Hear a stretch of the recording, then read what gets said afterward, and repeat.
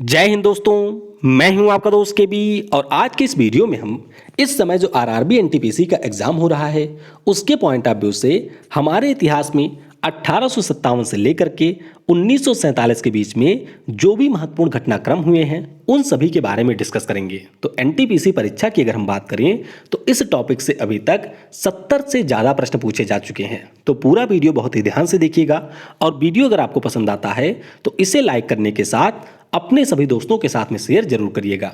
अब देखिए, इतिहास पर इससे पहले मैं 3 वीडियो बना चुका हूं, यानी कि जो हमारे गांधी जी से जुड़े हुए प्रश्न हैं उनके ऊपर वीडियो बन चुकी है। कांग्रेस के जो भी महत्वपूर्ण अधिवेशन है उस पर भी मैं वीडियो बना चुका हूं। और आज सुबह ही मैंने गवर्नर जनरल और वायसराय के ऊपर वीडियो बनाई थी। तो उन सभी की लिंक आपको ऊपर के आई बटन पर मिल जाएगी, वहां से आप उन वीडियो को देख सकते हैं। और एक जरूरी बात कि यह आपके लिए एक प्रकार का रिवीजन वीडियो होता है, तो यहां पर मैं चीज़ों को ज़्यादा एक्सप्लेन नहीं करता हूं। मेरी कोशिश ये होती है कि टू दी पॉइंट जो भी आपके लिए महत्वपूर्ण है एनटीपीसी परीक्षा के लिए, केवल उन्हीं चीज़ों को हम लोग डिस्कस करें। तो चलिए अब इस वीडियो की हम शुरुआत करते हैं। तो पहले हम लोग जो प्रश्न यहाँ पर पूछे जा चुके हैं उन प्रश्नों को डिस्कस करेंगे। और कई सारे प्रश्न तो आपके ऐसे हैं जो कि 4 से 5 बार एनटीपीसी में रिपीट हो चुके हैं। तो पहला प्रश्न यहाँ पर जो पूछा गया था वो है आपका कि महात्मा गांधी जी के द्वारा नील की जबरदस्ती खेती के विरोध में कौन से आंदोलन की शुरुआत की गई थी। तो ये बहुत ही आसान सा प्रश्न है। आप सभी को पता होगा कि चंपारण सत्याग्रह, जो कि भारत में गांधी जी का पहला सत्याग्रह था, वह 1917 में शुरू किया गया था। तो कहाँ पर? ये आपके बिहार के चंपारण जिले में हुआ था। और यहाँ पर नील की जो जबरदस्ती खेती करवाई जाती थी, 3 कठिया प्रणाली के अंतर्गत अंग्रेजों के द्वारा वहाँ के किसानों से, उसके विरोध में गांधी जी ने इसकी शुरुआत की थी 1917 में। फिर अगला प्रश्न है, भारत छोड़ो प्रस्ताव किसने तैयार किया था। तो भारत छोड़ो प्रस्ताव की बात करते हैं तो इसे तैयार किया था हमारे पहले पीएम जवाहरलाल नेहरू जी ने। किसे? नेहरू चाचा ने इसका निर्माण किया था। अब ये आपको याद रखना है कि 8 अगस्त 1942 को मुंबई में जो ग्वालियर टैंक मैदान है वहां पर इस प्रस्ताव को पारित किया गया था। और उसी के बाद में गांधी जी के द्वारा भारत छोड़ो आंदोलन की शुरुआत की जाती है। तो ये भी लगभग 4 से 5 बार आपकी परीक्षाओं में पूछा जा चुका है। तो इसके बारे में आपको याद रखना है कि भारत छोड़ो का जो प्रस्ताव है वह जवाहरलाल नेहरू जी ने तैयार किया था 8 अगस्त 1942 को। मुंबई का जो ग्वालियर टैंक मैदान है वहां पर जो कांग्रेस की समिति का बैठक होता है उसमें इस प्रस्ताव को पारित किया जाता है। और उसी के बाद में गांधी जी के द्वारा भारत छोड़ो आंदोलन की शुरुआत की जाती है। और इसी के दौरान गांधी जी के द्वारा करो या मरो का नारा भी दिया गया था। तो ये भी आपके एनटीपीसी में पूछा जा चुका है कि करो या मरो का नारा कब दिया था गांधी जी ने। तो ये आपके भारत छोड़ो आंदोलन के दौरान दिया था। अब वीडियो में हम लोग आगे बढ़ें उससे पहले मैं आपको अनअकैडमी के द्वारा भारत के सबसे बड़े फ्री स्कॉलरशिप टेस्ट के बारे में यहाँ पर बताना चाहूँगा, जो कि आपके बैंक के एग्जाम के लिए होगा। तो यहाँ पर 30 लाख तक की स्कॉलरशिप अनअकैडमी के द्वारा प्रोवाइड कराई जाएगी। जो ये आपका टेस्ट है वह अल्टरनेट संडे पर आयोजित होता है। और इस बार ये टेस्ट 14 फरवरी को आयोजित हो रहा है। कब? 14 फरवरी को दिन में 10 बजे ये कंडक्ट करवाया जाएगा। तो नीचे आपको इसकी लिंक मिल जाएगी, उस लिंक पर क्लिक करके आप इसमें इनरोल कर सकते हैं। और इनरोल से पहले आपको यूज करना है कोड KV10। क्या यूज करना है? कोड यहाँ पर यूज करना है KV10। अब इसके खास बात है क्या? तो अगर आपकी रैंक यहाँ पर 1 आ जाती है तो 1 सालों के लिए बैंक प्लस सब्सक्रिप्शन आपको मुफ्त में मिलेगा। अगर आपकी रैंक 2 आती है तो 6 महीने के लिए बैंक प्लस सब्सक्रिप्शन आपको मुफ्त में मिलेगा। अगर आपकी रैंक 3 आती है तो 3 महीने के लिए बैंक का सब्सक्रिप्शन आपको मुफ्त मिलेगा। अगर आपकी रैंक 4 से लेकर के 200 के बीच में आती है तो आपको 1000 रुपये का अमेजन वाउचर भी अनअकैडमी के द्वारा दिया जाएगा। तो पढ़ाई के साथ में आपको यहाँ पर कमाई का मौका भी अनअकैडमी दे रही है। तो नीचे आप लिंक पर दे करके क्लिक करके इसमें इनरोल कर सकते हैं। अब टेस्ट के फीचर की अगर हम बात करें तो यहाँ पर आपको जो भी प्रश्न मिलेंगे वह अनअकैडमी के बेस्ट फैकल्टी के द्वारा डिजाइन किए गए हैं। टेस्ट देने के बाद में आपको तुरंत आपकी ऑल इंडिया रैंकिंग यहाँ पर देखने को मिल जाएगी। इसके अलावा जो भी बैंक के आपके कंपटीटर हैं उनके तुलना में आपकी तैयारी कैसी है ये भी आपको पता चलेगा। और सबसे महत्वपूर्ण चीज़ कि यहाँ पर आपको प्रत्येक प्रश्नों के वीडियो सॉल्यूशन उपलब्ध कराए जाएंगे, यानी कि आपने किस प्रकार से प्रश्न को अटेम्प्ट किया है या फिर उस प्रश्न को किस प्रकार से अटेम्प्ट किया जा सकता था, इन सभी की जानकारी भी आपको इस टेस्ट के बाद में वीडियो सॉल्यूशन के द्वारा प्रोवाइड किया जाएगा। तो देर मत कीजिए, लिंक आपको नीचे दिया गया है, यूज़ करिए कोड KV10 और उसके बाद में यहाँ पर इनरोल कर लीजिए। और अगर आपको अनअकैडमी के बैंक का सब्सक्रिप्शन खरीदना है तो आप यहाँ पर KV10 कोड का यूज करके कोई भी सब्सक्रिप्शन खरीद सकते हैं। जैसे ही आप यहाँ पर KV10 कोड का यूज करेंगे आपको तुरंत 10% का डिस्काउंट मिल जाएगा। और अगर आप रेलवे एग्जाम की तैयारी कर रहे हैं तो भी आप यहाँ पर KV10 कोड का यूज करके कोई भी सब्सक्रिप्शन खरीद सकते हैं। तो रेलवे वाला काफ़ी ज़्यादा सस्ता है, तो अगर आप चाहें तो इसे यहाँ पर परचेज कर सकते हैं। इसकी लिंक भी आपको नीचे डिस्क्रिप्शन में मिल जाएगी। आइए अब आते हैं अपने टॉपिक पर। तो अगला प्रश्न पूछा गया कि अरुणा आसफ अली के द्वारा कहां पर भारत का झंडा फहराया गया था। तो आपको याद रखना है कि ये जो झंडा है यह आपके ग्वालियर टैंक मैदान 1942 में फहराया गया था, उसी भारत छोड़ो आंदोलन के दौरान। तो ये आपको याद रखना है। ये भी NTPC में पूछा गया प्रश्न है कि अरुणा आसिफ अली के द्वारा भारत का झंडा कहां पर फहराया गया था। तो ग्वालियर टैंक मैदान में इसे फहराया गया था। अगला प्रश्न है कि तात्या टोपे किस वर्ष के स्वतंत्रता संग्राम के नायक थे। तो तात्या टोपे की बात करें तो जो हमारे 1857 में पहला स्वतंत्रता संग्राम हुआ था उसके नायक थे तात्या टोपे साहब। और नीचे आपको कमेंट में बताना है कि ये किस जगह से थे, यानी कि कहां से इन्होंने रिप्रेजेंट किया था। अगला प्रश्न पूछा गया कि जो हमारा खेड़ा सत्याग्रह था वह कब हुआ था। तो ये भी आपका हुआ था 1918 में। कब? 1918 में 22 मार्च से 5 जून के बीच में ये आपके हुआ था गुजरात के खेड़ा में। कहाँ पर? गुजरात के खेड़ा में ये हुआ था। और इसके बारे में आप ये याद रखेंगे कि गांधी जी का यह दूसरा सत्याग्रह आंदोलन था। कहाँ पर हुआ था? तो ये आपके हुआ था गुजरात के खेड़ा में। अगला प्रश्न यहाँ पर पूछा गया कि बरदौली का जो सत्याग्रह है उसका नेतृत्व किसने किया था। तो इसका जो नेतृत्व है वह हमारे सरदार वल्लभ भाई पटेल जी के द्वारा किया गया था। किसके द्वारा? सरदार वल्लभ भाई पटेल जी के द्वारा 1928 में। और इसी दौरान जो हमारी बारदौली की महिलाएं थीं उनके द्वारा सरदार की उपाधि दी गई थी वल्लभ भाई पटेल जी को। अब आपको यहाँ पर ध्यान रखना है कि वहाँ पर महिलाओं ने ये उपाधि दी थी, लेकिन महिलाओं के रिप्रेजेंटेटिव कौन थे? तो वे थे आपके गांधी जी। तो गांधी जी ने यहाँ पर उपाधि दी थी बरदौली की महिलाओं की तरफ से। अगला प्रश्न पूछा गया कि भारत छोड़ो आंदोलन कहाँ से शुरू हुआ था। तो ये आपका शुरू हुआ था मुंबई से 8 अगस्त 1942 को। ये मैंने आपको ऊपर ही बता दिया। खिलाफत आंदोलन जो है इसका नेतृत्व किसने किया था। तो इसका नेतृत्व दो भाइयों ने किया था। एक थे मोहम्मद अली और दूसरे थे शौकत अली। तो मार्च 1919 में खिलाफत आंदोलन की शुरुआत होती है। और खिलाफत आंदोलन के बारे में आप सभी को पता होगा कि जो टर्की था वहाँ पर एक होते थे खलीफा जो कि इस्लामिक वर्ल्ड को रिप्रेजेंट करते थे, और उनमें से कई सारे खलीफाओं की हत्या कर दी जाती है ब्रिटिश के द्वारा। उसी के लिए ये आंदोलन हमारे यहाँ के मुस्लिम भाइयों के द्वारा शुरू किया जाता है, जिसे हम लोग खिलाफत आंदोलन के नाम से जानते हैं। अगला प्रश्न पूछा गया कि असहयोग आंदोलन की शुरुआत कब हुई थी। तो असहयोग आंदोलन इसकी शुरुआत हुई थी 5 सितंबर 1920 को। कब? 5 सितंबर 1920 को इसकी शुरुआत हुई थी। और NTPC में खिलाफत आंदोलन और असहयोग आंदोलन से कई प्रश्न पूछे जा चुके हैं, तो इसको आपको विशेष तौर पर यहाँ पर याद रखना है। तो 4 सितंबर 1920 को कांग्रेस का जो कोलकाता अधिवेशन होता है वहां से असहयोग आंदोलन यानी कि नॉन कोऑपरेशन मूवमेंट की शुरुआत यहां पर गांधी जी के द्वारा की जाती है। अगला प्रश्न पूछा गया कि महात्मा गांधी जी ने किस घटना के बाद में जो असहयोग आंदोलन था इसको वापस ले लिया था। तो ये प्रश्न भी 3 से 4 बार रिपीट हो चुका है। याद रखिएगा ये घटना थी आपका चौरा चौरी कांड। तो उत्तर प्रदेश में आपको एक जिला मिलेगा, इस जिले का नाम है गोरखपुर, और गोरखपुर में ही आपको मिलेगी चौरी चौरा स्थान। तो यहीं पर 4 फरवरी 1922 को ये घटना होती है। और उसके बाद में गांधी जी के द्वारा जो असहयोग आंदोलन है इसको वापस ले लिया जाता है। तो ये पॉइंट आप याद रखेंगे। फिर पूछा गया कि असहयोग आंदोलन और जो हमारे स्वदेशी आंदोलन थे इनका परिणाम क्या रहा था। तो इनका मुख्य रूप से परिणाम था स्वदेशी वस्तुओं का प्रयोग और विदेशी वस्तुओं की होली। तो जो भी हमारे विदेशी वस्तुएं हैं उनको जलाइए और स्वदेशी वस्तुओं का प्रयोग करिए। ये हमारे असहयोग आंदोलन और स्वदेशी आंदोलन के परिणाम रहे थे। फिर पूछा गया है कि चंपारण सत्याग्रह कब हुआ था। तो चंपारण सत्याग्रह की अगर हम बात करें तो ये हुआ था 1917 में। तो ये मैंने आपको ऊपर भी बता दिया कि 1917 में चंपारण सत्याग्रह हुआ था। चंपारण सत्याग्रह के लिए गांधी जी को किसने आमंत्रित किया था। तो एक हमारे शुक्ला जी थे जिनका नाम था राजकुमार शुक्ला। इनके द्वारा चंपारण सत्याग्रह के लिए गांधी जी को यहाँ पर आमंत्रित किया गया था। अगला प्रश्न है नमक सत्याग्रह कब हुआ था। क्या बात हो रही है? नमक सत्याग्रह जो है ये आपका कब हुआ था। तो इसकी अगर हम बात करें तो 6 अप्रैल 1930 को नमक सत्याग्रह हमारा हुआ था। अगला प्रश्न पूछा गया कि चंपारण सत्याग्रह में गांधी जी आए कब थे। तो यहाँ पर एग्जैक्ट डेट पूछ लिया गया था। तो चंपारण सत्याग्रह की बात करते हैं तो गांधी जी इसमें 10 अप्रैल 1917 को आए थे। कब आए थे? 10 अप्रैल 1917 को आए थे।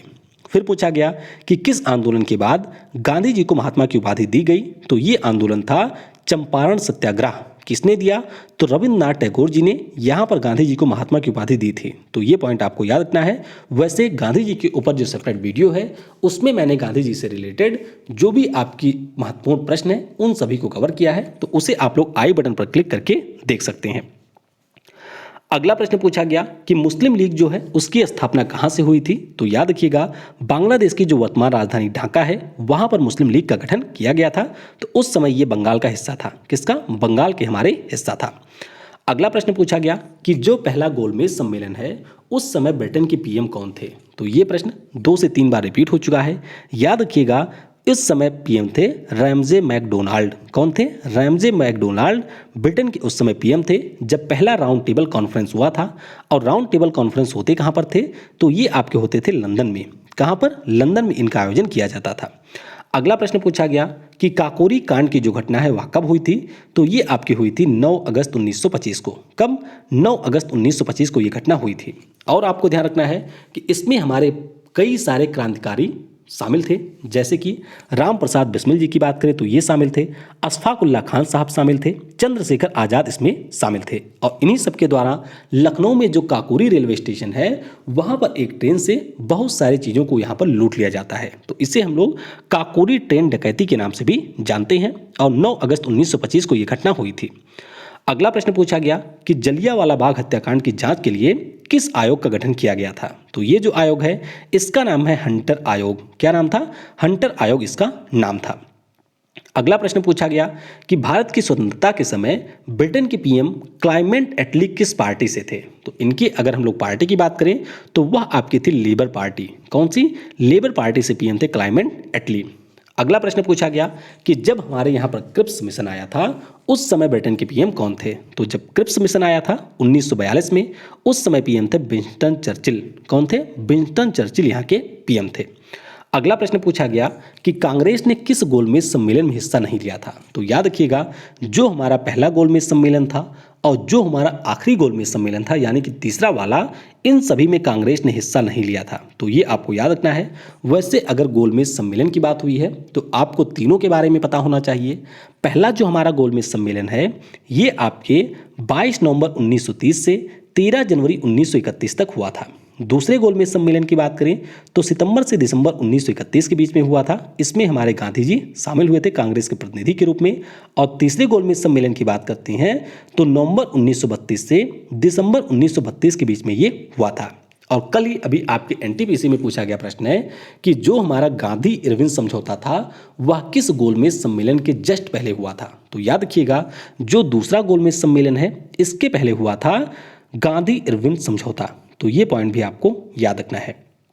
अगला प्रश्न पूछा गया कि गांधी इरविन जो समझौता है वह कितने सूत्रीय मांगों पर हुआ था। तो यहाँ पर कुल मिलाकर के 11 सूत्रीय मांगे थीं और इन्हीं के आधार पर गांधी इरविन समझौता हुआ था। और आपको याद रखना है कि कई बार आपने ये सुना होगा कि जो हमारे शहीद भगत सिंह थे उनकी जो फांसी थी उसको अगर गांधी जी चाहते तो यहाँ पर वह रोक सकते थे। तो आप कह सकते हैं कि हाँ गांधी जी अगर उस समय इरविन के सामने यहाँ पर ये मांग रखे होते कि जो भगत सिंह हैं उनको रिहा किया जाए तो हो सकता है कि भगत सिंह को यहाँ पर फांसी ना हुई होती।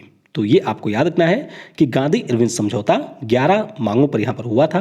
कब ये हुआ था? तो 5 मार्च 1931 को हुआ था। उस समय वायसराय कौन थे? तो लॉर्ड इरविन हमारे यहाँ पर वायसराय थे। अगला प्रश्न पूछा गया कि सविनय अवज्ञा आंदोलन में कौन सी चीज़ें शामिल थी। तो आपको याद रखना है कि 6 अप्रैल 1930 को सविनय अवज्ञा आंदोलन की शुरुआत होती है जब महात्मा गांधी जी के द्वारा नमक कानून तोड़ा जाता है उसके ठीक बाद में। और इसमें अगर हम लोग मांगों की बात करें यानी कि कौन कौन सी चीज़ें शामिल थीं तो एक तो हो गया नमक कानून तोड़ना। तो गांधी जी ने साबरमती से लेकर के जो दांडी तक की यात्रा की थी और वहाँ पर नमक बना करके कानून को तोड़ा था। तो नमक कानून तोड़ना इसमें शामिल था। इसके अलावा जो भी सरकारी सेवाएं हैं, शिक्षा केंद्र हैं या फिर सरकार के द्वारा दी गई उपाधियां हैं उन सभी का बहिष्कार करना इसमें शामिल था। जो भी विदेशी कपड़े थे उनको जलाना वह भी इसमें शामिल था।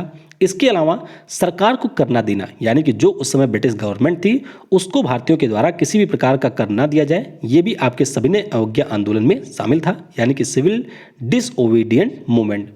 और एक हमारा था कि जो हमारे भारत की महिलाएं थीं वह यहाँ पर शराब, अफीम या इस प्रकार से जो भी नशीली चीज़ें थीं उनकी दुकानों के सामने धरना दे सकती थीं। तो ये सारी चीज़ें सविनय अवज्ञा आंदोलन में गांधी जी के द्वारा शामिल किया गया था। तो यहाँ तक हमने सभी महत्वपूर्ण प्रश्नों को डिस्कस किया है।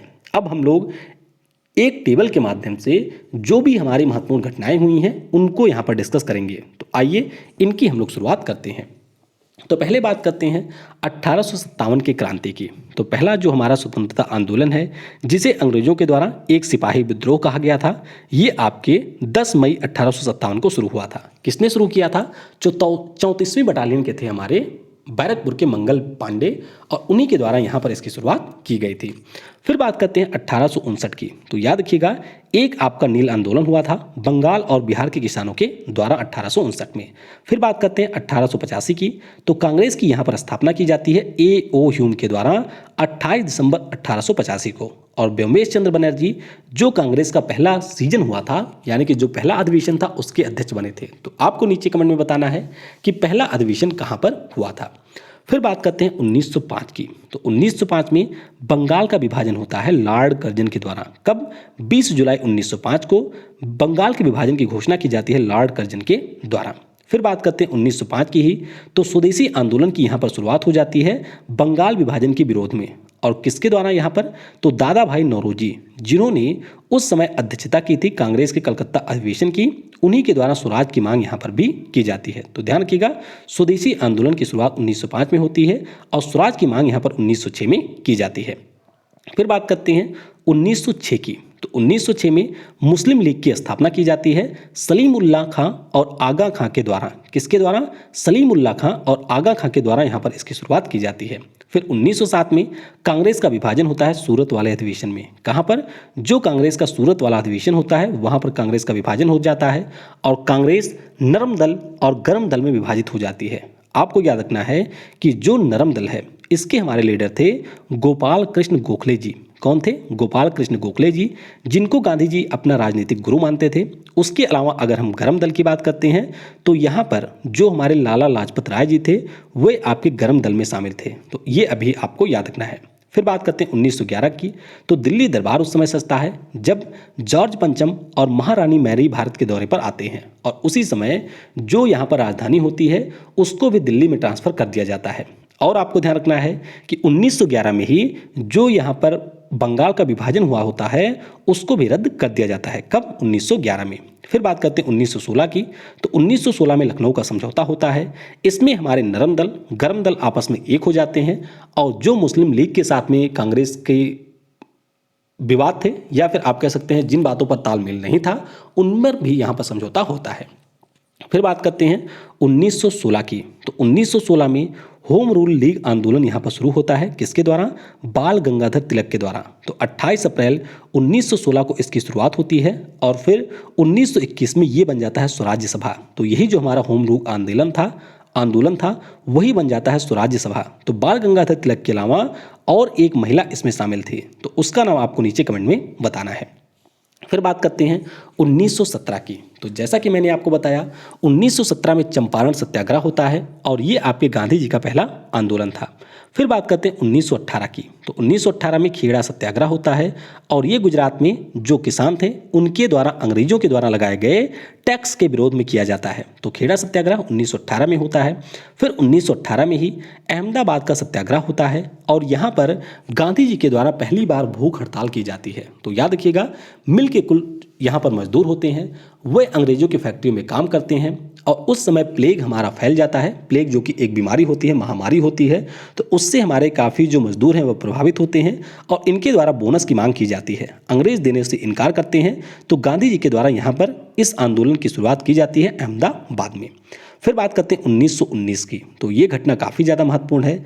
जनरल डायर के द्वारा जो यहाँ पर रॉलेट एक्ट आया था, उसके द्वारा जो गिरफ्तार किए गए नेता थे, उनकी गिरफ्तारी के विरोध में एक प्रदर्शनी हो रही थी जलियांवाला बाग में, जो कि अमृतसर में आपको मिलेगा, पंजाब में।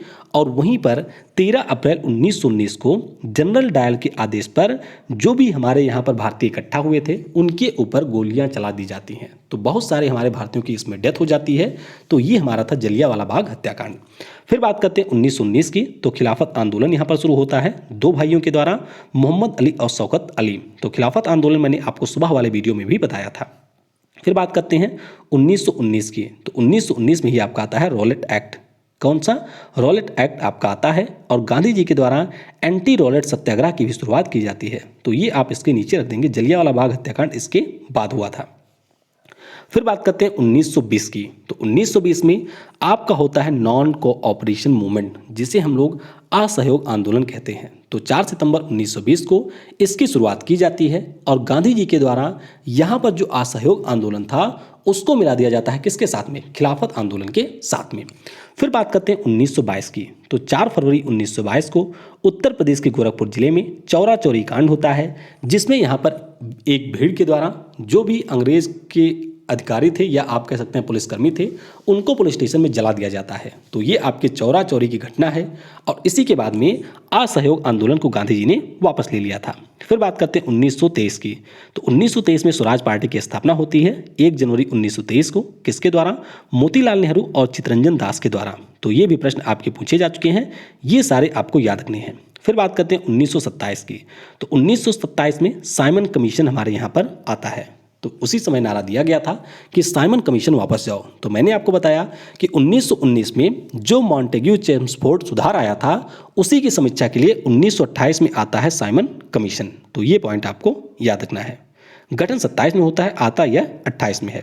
फिर 1928 की बात करते हैं, तो यहाँ पर नेहरू जी की रिपोर्ट आती है, मोतीलाल नेहरू जी की, और इन्होंने बताया था कि किस प्रकार से हमारे यहाँ पर संविधान बनाया जा सकता है या संविधान की रूपरेखा यहाँ पर तैयार की गई थी 19 मई 1928 को। फिर 1929 की घटना की बात करते हैं, तो जो यहाँ पर पब्लिक सेफ्टी बिल आया था, उसके विरोध में भगत सिंह और बटुकेश्वर दत्त जी के द्वारा जो दिल्ली असेंबली होती है उसमें बम फेंका जाता है। तो ये पॉइंट भी आपको याद रखना है कि असेंबली पर जो बम है वह पब्लिक सेफ्टी बिल के विरोध में भगत सिंह व बटुकेश्वर दत्त के द्वारा फेंका जाता है। कब फेंका जाता है? तो ये फेंका जाता है 1929 में। तो ये पॉइंट भी आपको याद रखना है। इसके बाद में आगे बढ़ें तो 1930 की बात है, तो 1930 में पहला पूर्ण स्वराज दिवस मनाया जाता है। कौन सा? पहला पूर्ण स्वराज दिवस मनाया जाता है।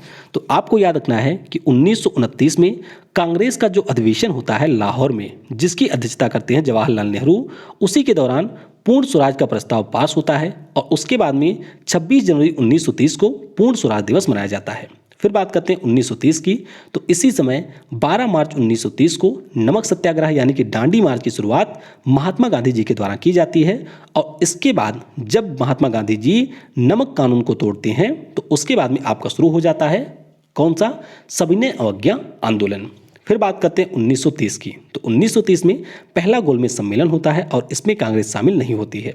फिर 1931 में गांधी इरविन का समझौता होता है 5 मार्च 1931 को। फिर बात करते हैं दूसरे गोलमेज सम्मेलन की, तो इसमें हमारे गांधी जी कांग्रेस के रिप्रेजेंटेटिव के रूप में शामिल होते हैं। तो ये आपको ध्यान रखना है। उसके बाद में हमारा तीसरा गोलमेज सम्मेलन कब होता है? तो ये भी होता है 1932 में। तो याद रखिएगा तीसरा गोलमेज सम्मेलन। लेकिन उससे पहले आपको ध्यान रखना है कि 1932 में ही आता है कम्युनल अवार्ड। किसके द्वारा? तो ब्रिटेन के जो पीएम थे रामजे मैकडोनाल्ड, इनके द्वारा घोषित किया जाता है कम्युनल अवार्ड। यानी कि इसके द्वारा जो भी हमारे ब्रिटिश टेरिटरी थी, यानी कि जो हमारे ऐसे स्थान थे जहां पर दलितों की संख्या ज़्यादा थी, वहां पर उनके लिए पृथक निर्वाचन की व्यवस्था की गई थी। तो याद रखिएगा सांप्रदायिक अवार्ड को इंट्रोड्यूस किया था रामसे मैकडोनाल्ड ने और कई बार इसे मैकडोनाल्ड अवार्ड भी कहा जाता है। तो मैकडोनाल्ड अवार्ड कहा जाए या फिर सांप्रदायिक अवार्ड कहा जाए, इन सभी का मतलब यही होता है कम्युनल अवार्ड। तो तीसरा गोलमेज सम्मेलन होता है, इसमें भी कांग्रेस शामिल नहीं होती है। और तीसरे गोलमेज सम्मेलन की बात करें तो इसमें हमारे भारत से बहुत ही कम प्रतिनिधि शामिल होते हैं। फिर बात करते हैं 1932 की, तो ये भी काफ़ी ज़्यादा महत्वपूर्ण है। पूना समझौता यहाँ पर होता है गांधी जी और अंबेडकर जी के बीच में। किसके बीच में? गांधी जी और अंबेडकर जी के बीच में होता है पूना समझौता 24 सितंबर 1932 को। और उस समय हमारे गांधी जी यरवदा जेल में होते हैं। कहाँ पर? यरवदा जेल में ये होते हैं। फिर बात करते हैं 1937 की, तो 1937 में पहला चुनाव होता है ब्रिटिश इंडिया में। पहला जो चुनाव होता है वह 1937 में होता है और यह चुनाव भारत शासन अधिनियम 1935 के अंतर्गत होता है। फिर बात करते हैं 1940 की, तो 1940 में मुस्लिम लीग का जो लाहौर अधिवेशन है वह आयोजित किया जाता है और इसी के दौरान मुस्लिम लीग के द्वारा पाकिस्तान प्रस्ताव को पास किया जाता है। यानी कि इनके द्वारा मांग की जाती है कि भारत से अलग जो भी मुस्लिम बाहुल्य इलाके हैं उनको लेकर के एक पृथक राज्य बनाया जाए, यानी कि एक पृथक देश बनाया जाए और उसका नाम होगा पाकिस्तान। फिर 1944 में जो उस समय वायसराय थे लॉर्ड लिनलिथगो, इनके द्वारा अगस्त प्रस्ताव लाया जाता है। 1942 की बात करते हैं तो क्रिप्स मिशन यहाँ पर आता है। तो क्रिप्स मिशन में कई सारे झुंझुने दिखाए गए होते हैं अंग्रेजों के द्वारा और गांधी जी को ये पता चल ही जाता है कि जिस प्रकार से पहले विश्व युद्ध के दौरान अंग्रेजों ने हमें धोखा दिया था उसी प्रकार से धोखा यहाँ पर भी देंगे। तो पूरी तरीके से यहाँ पर क्रिप्स मिशन का विरोध किया जाता है भारतीयों के द्वारा। आप सभी को शायद पता हो या ना पता हो, जो हमारा पहला विश्व युद्ध हुआ था उस समय गांधी जी ने हमारे भारत के सभी लोगों से ये अपील की थी, यानी कि जो भी भारत के सिपाही थे, कि आप अंग्रेजों की यहाँ पर मदद करिए, उसके बाद में अंग्रेज हम लोगों को कर देंगे फ्री। तो अंग्रेज तो वहाँ पर जीत गए लेकिन उन्होंने फ्री नहीं किया था। तो कुछ इसी प्रकार से आपका क्रिप्स मिशन भी आता है। इस दौरान भी झुंझुने की बात की जाती है, रेवड़ियाँ बांटने की बात की जाती है, लेकिन भारतीयों को इस समय तक पता हो गया होता है कि यहाँ पर अंग्रेजों का सहयोग हमें नहीं करना है क्योंकि वे लोग हमें आज़ाद नहीं करेंगे। तो ये आपको ध्यान रखना, ये है क्रिप्स मिशन।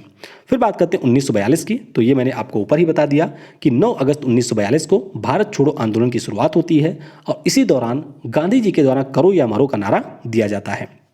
फिर बात करते हैं 1942 की, तो 1942 में आज़ाद हिंद फौज का गठन किया जाता है। किसके द्वारा? मोहन सिंह के द्वारा। तो याद रखिएगा, मोहन सिंह के द्वारा आज़ाद हिंद फौज का गठन किया जाता है।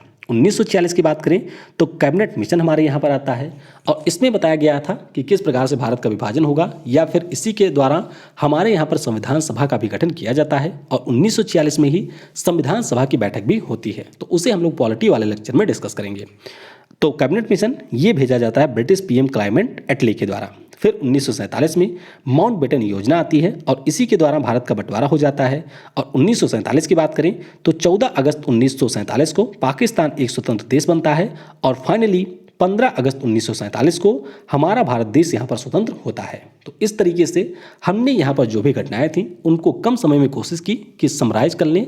आई होप वीडियो आपको यहाँ पर पसंद आया होगा। एनटीपीसी का जब एक बार एग्जाम समाप्त हो जाएगा तो उसके बाद में इन सभी चीज़ों को हम लोग एनिमेटेड तरीके से डिस्कस करेंगे। तो वहाँ पर प्रत्येक वीडियो में मैं कोशिश करूँगा कि आपको सारी चीज़ें मैं याद करा दूँ। तो मॉडर्न हिस्ट्री आपको आप एक अलग ढंग से पढ़ेंगे एनटीपीसी एग्जाम समाप्त होने के बाद में। फिलहाल के लिए इस वीडियो में इतना ही। Thanks for watching. जय हिंद, जय भारत और सबसे ज़रूरी, पढ़ेगा भारत तो बढ़ेगा भारत।